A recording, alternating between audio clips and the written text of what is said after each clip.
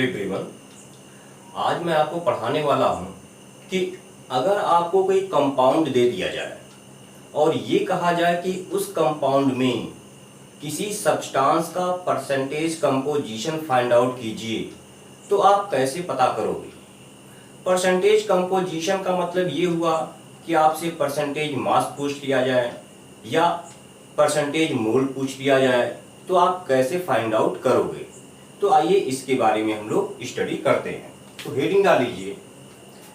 Heading है percentage composition of any substance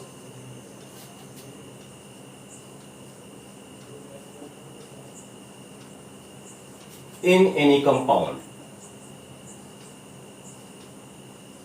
Any compound.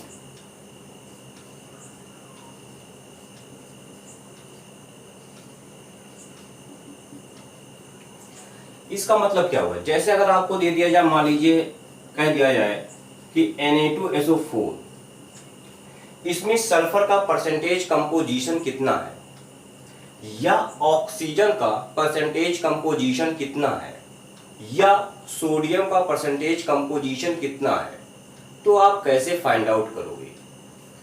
या अगर आपको दे दिया जाए HCl और आपसे कहा जाए कि भाई इसमें हाइड्रोजन का परसेंटेज कंपोजिशन कितना है, तो आप कैसे फाइंड आउट करोगे। या इसमें क्लोरीन का परसेंटेज कंपोजिशन कितना है, तो आप कैसे फाइंड आउट करोगे। तो इसी के बारे में हम लोग यहाँ पे स्टडी करने वाले हैं। तो इसके लिए मैं आपको एक फार्मूला बताता हूँ, आपको बस वही फार्मूला अप्लाई करना है और आपका आंसर आता चला जाएगा। फार्मूला है परसेंटेज कंपोजिशन मतलब कि percentage mass equals to number of atom of substance into atomic mass of substance divided by molar mass of compound multiplied by 100। ये होता है। इसका मतलब क्या हुआ कि number of atom of substance मतलब कि कंपाउंड में आपको जिस सब्सटेंस का परसेंटेज मास यानी कि परसेंटेज कंपोजिशन निकालना है, आपको यह देखना होगा कि उस सब्सटेंस का उस कंपाउंड में नंबर ऑफ एटम कितना है, साथ में उस सब्सटेंस का एटॉमिक मास यहां लिखोगे और पूरे कंपाउंड का मोलर मास यहां लिखोगे। जैसे मान लीजिए आपके पास Na2SO4 है और आपसे कहा जाए कि Na2SO4 में ऑक्सीजन का परसेंटेज मास फाइंड आउट करो। तो देखिए Na2SO4 में Na2SO4 के एक मॉलिक्यूल में ऑक्सीजन के कितने एटम हैं, 4। तो यहां पे आप 4 लिख दोगे। ऑक्सीजन का एटॉमिक मास यहां लिखोगे और यहां पे आप Na2SO4 का मोलर मास लिखोगे और इसको सॉल्व करके आप आंसर फाइंड आउट करोगे। ठीक है, बस केवल यही इतना है। तो आप ये फार्मूला नोट कर लीजिए और इसके बाद हम लोग इसी पर बेस्ड कुछ क्वेश्चन सॉल्व करेंगे। चलिए क्वेश्चन लिखता हूं। Question, find percentage mass of oxygen in H2SO4। आपसे कहा गया है कि H2SO4 में ऑक्सीजन का परसेंटेज मास कितना है या परसेंटेज कंपोजिशन कितना है। तो जस्ट ये वाला फार्मूला अप्लाई कीजिए। तो percentage mass of oxygen equals to number of atom of oxygen multiplied by atomic mass of oxygen whole is divided by molar mass of H2SO4। आपको वैल्यू पुट करना है। तो H2SO4 के एक मॉलिक्यूल में कितने ऑक्सीजन एटम है? 4। यहां पे 4 मल्टीप्लाइड बाई 100 ही होगा। तो 4 ऑक्सीजन का एटॉमिक मास 16, H2SO4 का मोलर मास 98 मल्टीप्लाइड बाई 100। आप इसको सॉल्व करोगे तो आपका आंसर आ जाएगा 65%। ठीक है, बस कुल इतना सा है। चलिए दूसरा क्वेश्चन मैं करवाता हूं। Find percentage mass of sodium comma sulphur and oxygen in Na2SO4। तो सबसे पहले वीडियो को पॉज करके आप खुद से ट्राई करो, इसके बाद अपने सॉल्यूशन को मेरे सॉल्यूशन से मैच कीजिएगा। देखिए सॉल्यूशन, मैं इसको डायरेक्ट लिख रहा हूं। परसेंटेज मास ऑफ सोडियम, इस फॉर्मूले में वैल्यू पुट करना है। तो Na2SO4 के एक मॉलिक्यूल में सोडियम के कितने एटम? 2। तो 2 मल्टीप्लाइड बाई सोडियम का एटॉमिक मास 23 अपॉन Na2SO4 का मोलर मास, सॉल्व करके देखिएगा 142 मल्टीप्लाइड बाय 100। इसको आप सॉल्व करोगे तो आपका आंसर आ जाएगा। आंसर आपका आएगा लगभग 32.5%। ठीक ऐसे ही परसेंटेज मास ऑफ सल्फर क्या हो जाएगा? फिर से ही फॉर्मूला अप्लाई करोगे। इसके एक मॉलिक्यूल में कितने सल्फर के एटम? 1। सल्फर का atomic mass 32, molar mass 142 multiplied by 100। Solve करोगे तो आपका आंसर आएगा 22.5%। ठीक ऐसे ही आप ऑक्सीजन का परसेंटेज कंपोजिशन यानी कि परसेंटेज मास फाइंड आउट कर सकते हो। ठीक है, वीडियो को पॉज कीजिए, इसको नोट कीजिए, इसके बाद हम लोग आगे स्टडी करते हैं।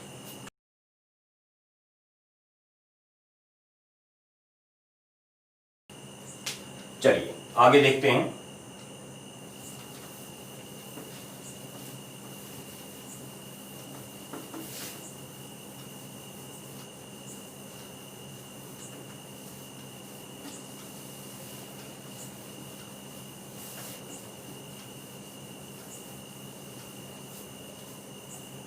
इसी में अगला क्वेश्चन है आपका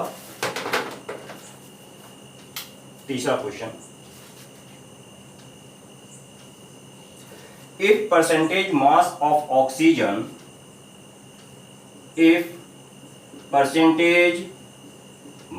of oxygen in any compound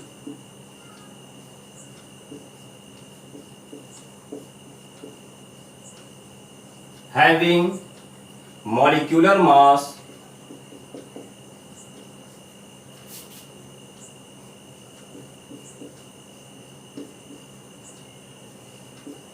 mass 106 is 45.28%, then find number of atom of oxygen, then find number of atom of oxygen in one molecule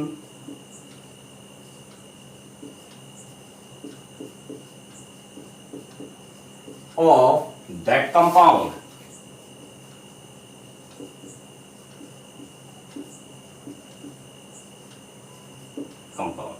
आप चाहो तो वीडियो को पॉज करो, खुद से ट्राई करो। चलिए देखिए क्या कहा गया है। If percentage mass of oxygen in any compound having molecular mass of 106 is 45.28%, then find number of atom of oxygen in one molecule of that compound. ये कहा गया है कि एक कंपाउंड है जिसका मॉलिक्यूलर मास 106 है, उस कंपाउंड में ऑक्सीजन का मास परसेंट 45.28% है। तो आपसे पूछा जा रहा है कि उस कंपाउंड के एक मॉलिक्यूल में ऑक्सीजन के कितने एटम होंगे। अभी हमने एक फॉर्मूला बताया आपको, क्या, percentage mass of oxygen equals to number of atom of oxygen multiplied by atomic mass of oxygen whole is divided by molar mass of compound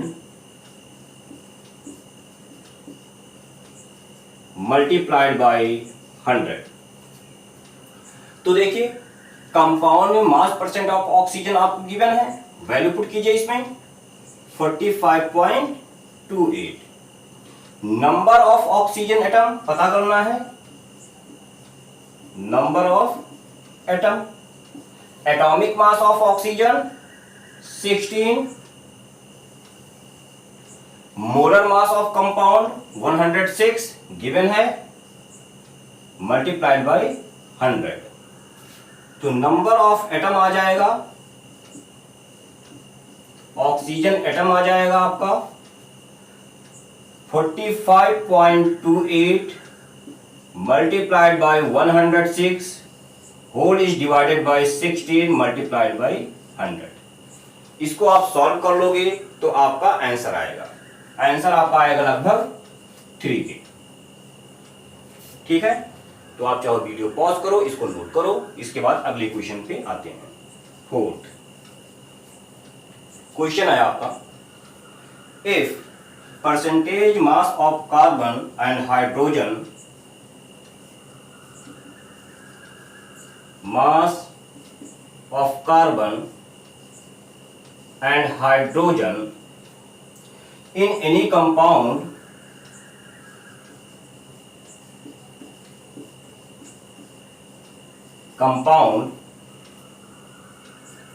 having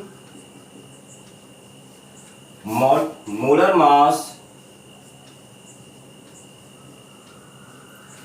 mass 30 is 80% and 20%, then find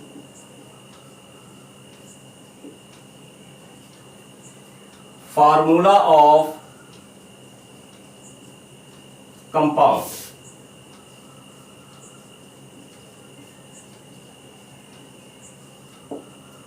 आप चाहो तो video को pause करो, इसको खुद से try करो,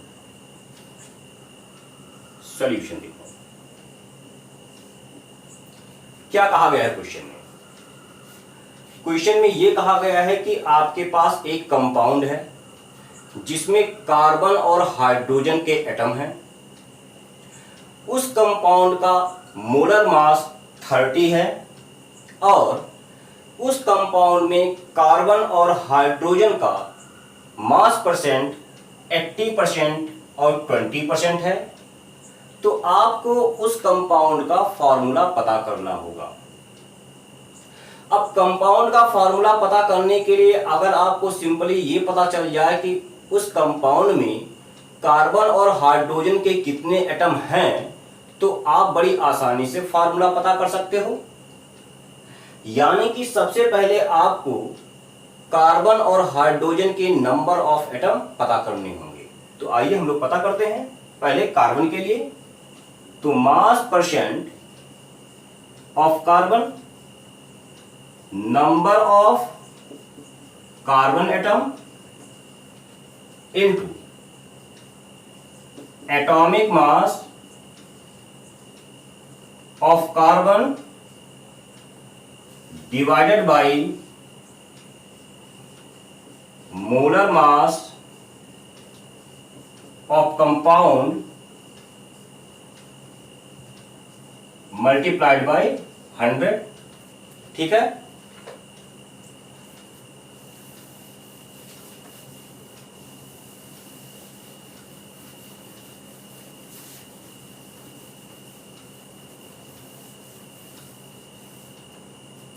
यानी कि यहां पे वैल्यू पुट कीजिए आप। कार्बन का मास परसेंट कितना है? 80 है। 80 equals to number of carbon atom multiplied by atomic mass 12, molar mass 30 multiplied by 100। इसको आप सॉल्व करके आप नंबर ऑफ कार्बन एटम पता कर सकते हो। आपका नंबर ऑफ कार्बन एटम आएगा 2।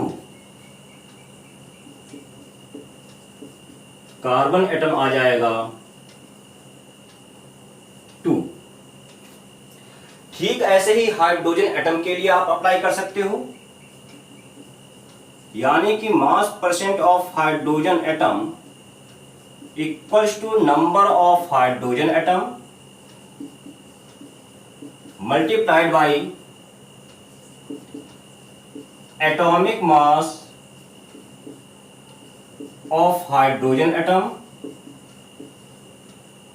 divided by molar mass of compound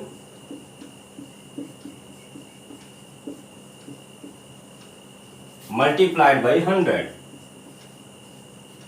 value put करेंगे आप। मास percent of hydrogen 20, number of hydrogen atom पता करना है, atomic mass of hydrogen 1, molar mass of compound 30 multiplied by 100। इसको आप सॉल्व करोगे तो आपका आएगा नंबर ऑफ हाइड्रोजन एटम 3 के अप्रॉक्स आना चाहिए, 6 आएगा। 6 आ जाएगा। यानी कि कंपाउंड का फॉर्मूला क्या हुआ?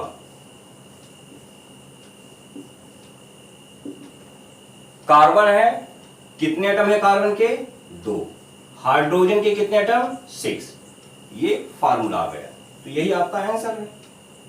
वीडियो पॉज कीजिए, इसको नोट कीजिए, इसके बाद अगला क्वेश्चन हम लोग सॉल्व करेंगे।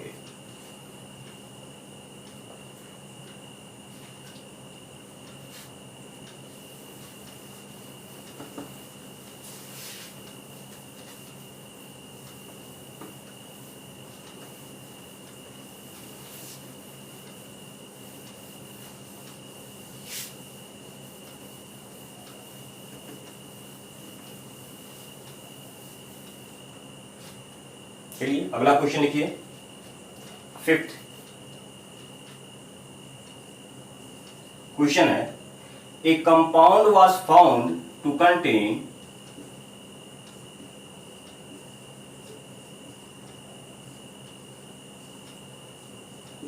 was found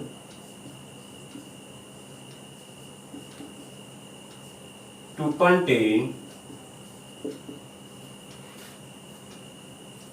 53.7%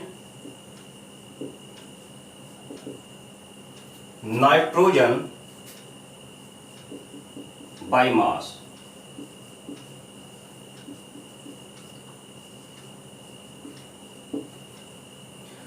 what is the minimum molecular mass of compound?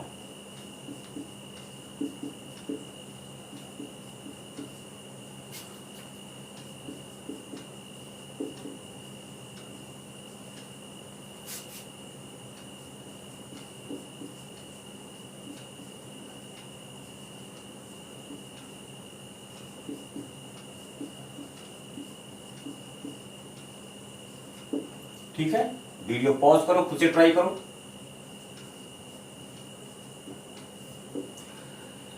देखिए ये एक क्वेश्चन है, क्वेश्चन में कह रहा है कि एक कंपाउंड है जिसमें नाइट्रोजन का मास परसेंट 53.7% है, तो उस कंपाउंड का मिनिमम मॉलिक्यूलर मास क्या हो सकता है। फिर से हम लोग वही फॉर्मूला अप्लाई करेंगे, mass percent of nitrogen equals to number of nitrogen atom multiplied by atomic mass of nitrogen upon molar mass of compound multiplied by 100। Mass percent कितना है, 53.7 है। नंबर ऑफ नाइट्रोजन एटम नहीं पता आपको,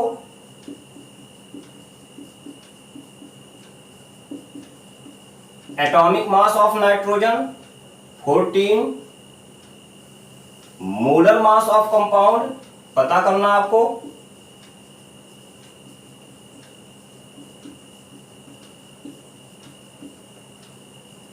यानी कि यहां से आपका क्या हो जाएगा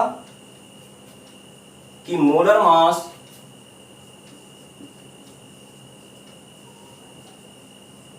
ऑफ कंपाउंड इक्वल्स टू,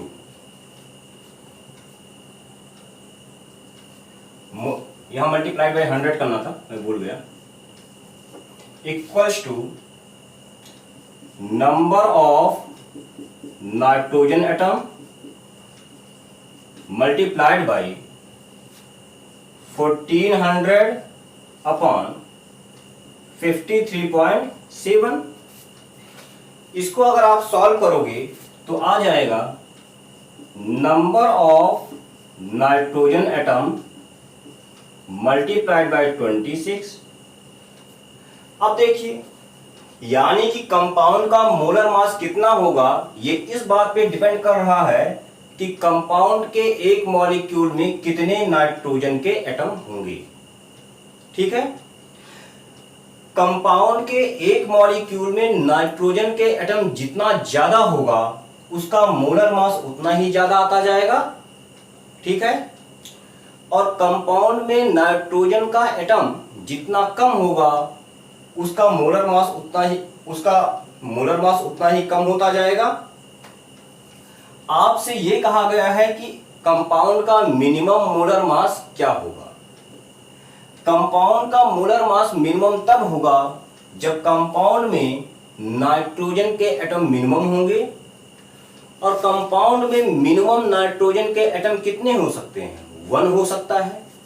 यानी कि इसको आप 1 ले लोगे तो take number of nitrogen atom equals to 1, hence minimum molar mass of compound क्या आ जाएगा, 26। बस यही आपको सॉल्व करना था। वीडियो पॉज कीजिए, इसको नोट कर लीजिए। ठीक है।